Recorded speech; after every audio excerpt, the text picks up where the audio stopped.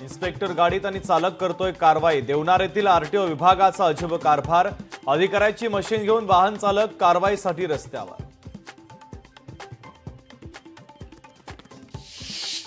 कोल्हापूरमध्ये मान्सूनपूर्व पावसाची उघडीप। पंचगंगा नदीच्या पाणी पातळीमध्ये घट। पंचगंगेची पाणी पातळी 19 फूट 8 इंचावर।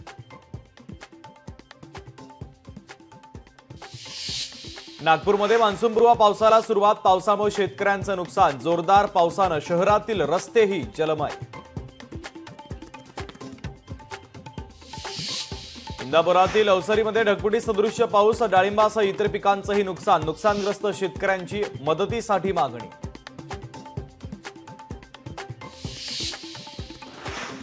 साताऱ्याच्या कराडमध्ये धुवांधार पाऊस। पाटण तालुक्यामध्ये पावसाची जोरदार हजेरी। भुईमुग, आंबा, ज्वारी, कांद्याचं प्रचंड नुकसान। परभणीमध्ये मकोकाच्या आरोपीचा धिंगाणा। जिल्हा रुग्णालयातील परिचारिकेला केली मारहाण। रुग्णालयातून सुट्टी दिल्याच्या कारणावरून धिंगाणा। राज्यातील मच्छीमारांसाठी आनंदाची बातमी। राज्य सहकारी बँकेची 1000 कोटींची तरतूद। मत्स्य विकास मंत्री नितेश राणेंच्या प्रयत्नांना यश।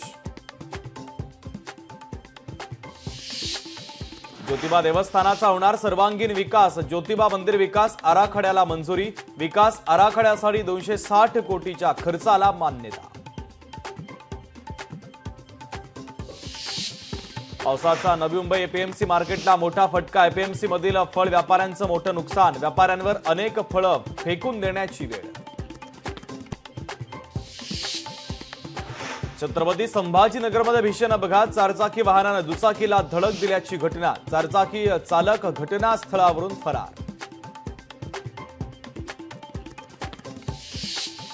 धाराशिवमध्ये कोयत्यानं हल्ला करत निर्घृण हत्या। नळदुर्ग येथील एका हॉटेल समोरची घटना। वडिलांना चाकूचा धाक दाखवल्याच्या रागातून हत्या।